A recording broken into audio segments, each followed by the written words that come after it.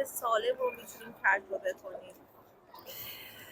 قبل از هر چیزی یادمون نره که رابطه رو در رابطه میشه یاد گرفت. ما نمیتونیم قبل از رابطه یک آدم رو بلد باشیم، یک آدم رو یادش بگیریم، رابطه رو یادش بگیریم. اما یکی از چیزایی که میتونیم متوجه بشیم قبل از رابطه اینه که تعریف عشقمون رو بدونیم. یعنی ما وارد رابطه هایی میشویم که حس آشنایی به ما میده. مثلا وقتی که شما در دوران کودکی وقتی که همش باید یه کاری میکردی واسه آدما به خاطر اینکه دوستت داشته باشن و مورد توجه قرار بگیری، یا یه نفر دیگه کنترلگری رو به عنوان تعریفی از عشق میبینه و به خاطر همین مثلا وارد رابطه هایی میشید که طرف مقابل بدون هیچ کاری به شما ابراز احساسات میکنه، شما نمیتونید باور کنید. میگه مگه میشه یه نفر من هیچ کاری براش نکردم انقدر منو دوست داشته باشه و احساس خوبی به من بده؟